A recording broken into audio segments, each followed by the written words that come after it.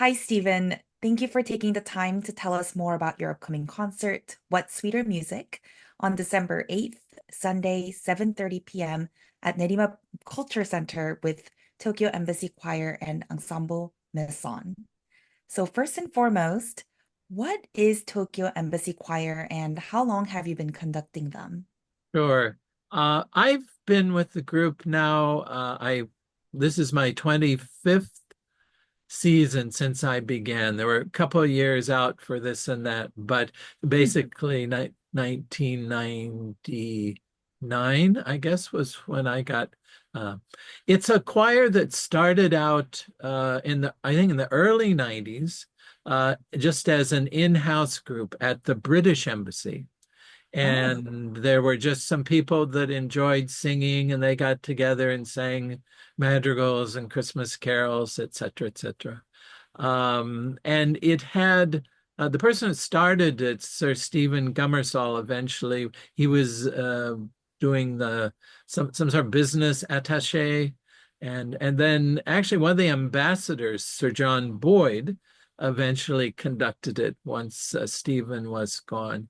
But it eventually, when I came around, it was down to about 15 people, and they didn't have a conductor, and they met at somebody's house. And so, anyways, I was invited to conduct just one concert, and then they asked me if I would like to do some concerts the following season. I said yes, and I had a couple of conditions, which they met, mostly about I wanted there to be some additions.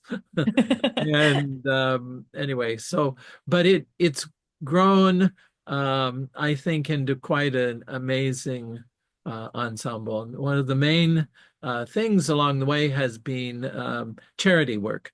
And most of the concerts are free of charge, and that there's a designated charity, and we try to find something that has local sort of footprint. And so that's been a major part of it. Also, that it's usually about 50-50 in terms of um, Japanese nationals and people from all over the world who happen to be living in Tokyo area. So it's kind of in a nutshell uh, how it got started, and then yeah, Yeah, that's amazing. yeah, So this concert is a collaboration with Ensemble Maison. Can you yes. tell me a little bit about them as well and how this collaboration came to be? Sure.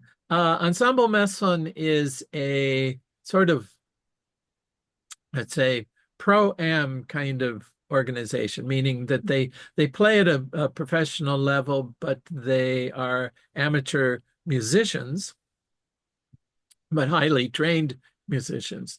The thing that holds them all together, and the sort of cryptic name they have, the meson, is a subatomic particle. You might say, what on earth does that have Yeah. to do with music, you know?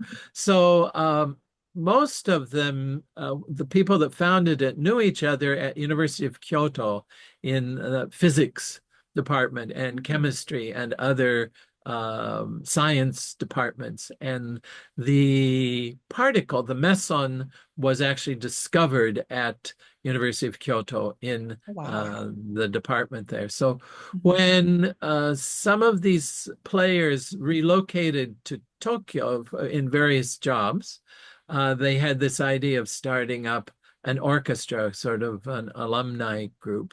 That's how that started. They have their own independent concert season, and they do full range of orchestral standard repertoire.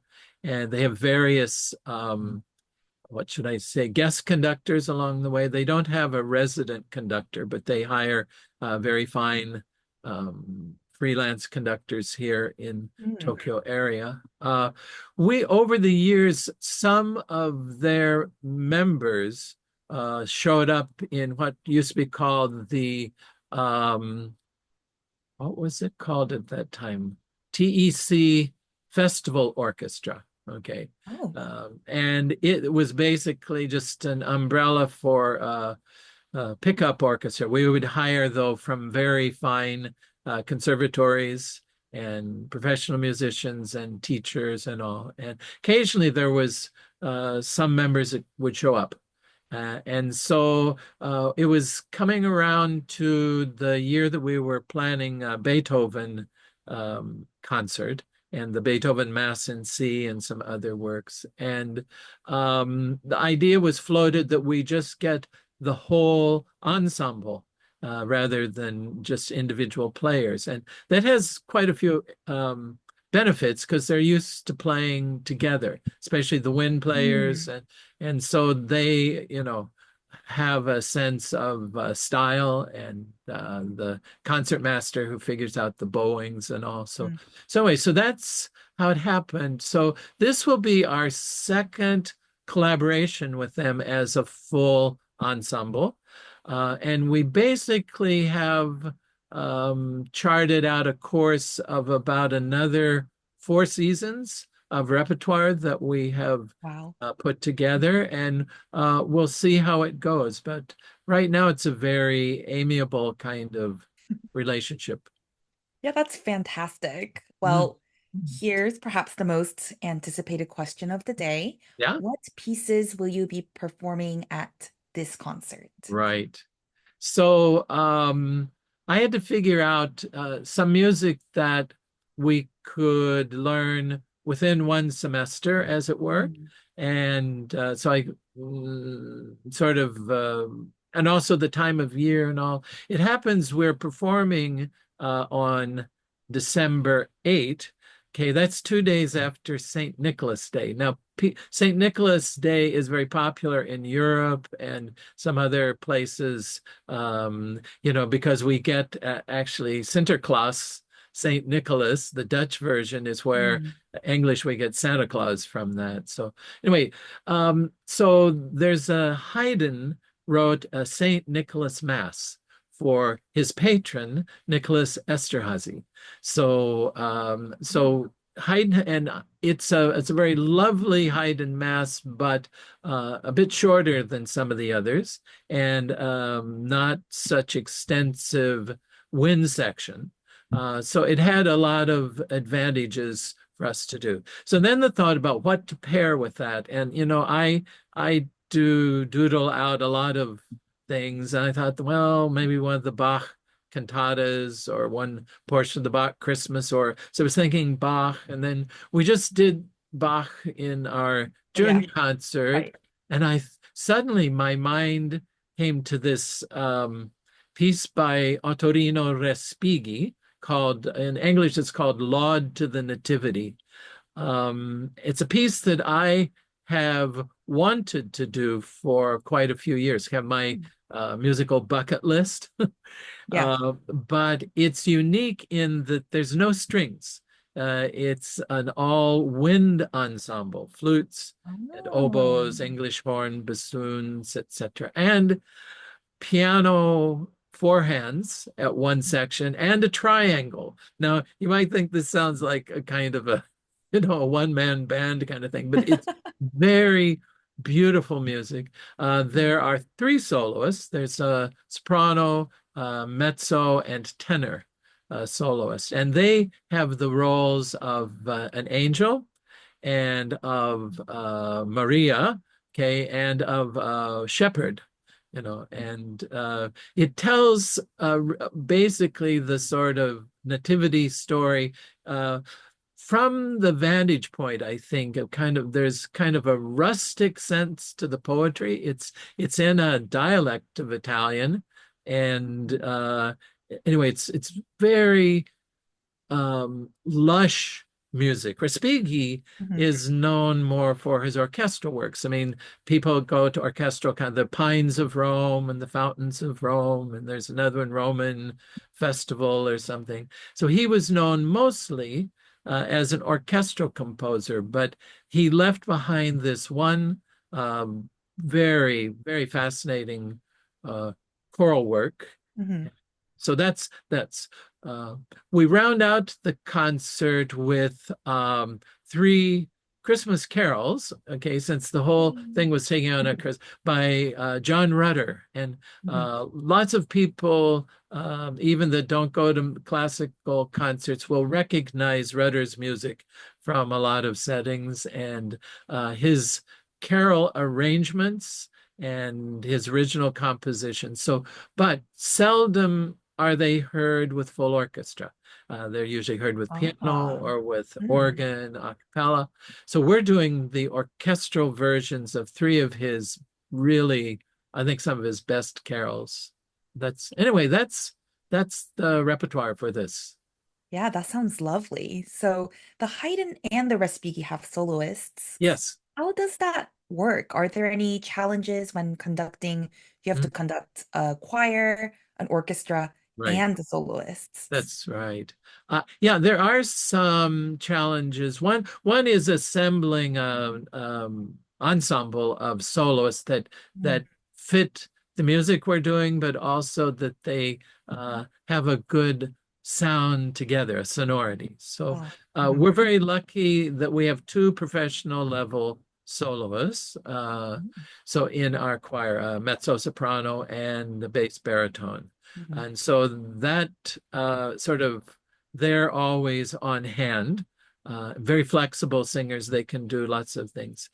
We do Yeah. not currently have a tenor or a soprano that can handle this kind of music. We do have some good soprano soloists for some pieces, but for this particular type of music with orchestra. So yeah, part of the thing is placement. So traditionally, choirs stand behind the orchestra, and then the soloists are up front with the conductor.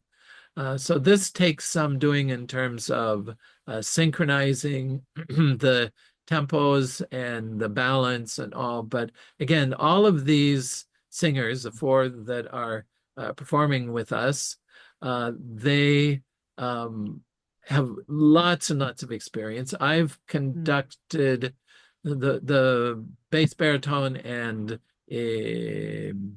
mezzo I've conducted for years and years and years, and now the tenor and soprano were new to us for the Beethoven concert. Oh. Mhm. So anyway, it made sense since these four people have sung together, uh, you know, Mhm. yeah.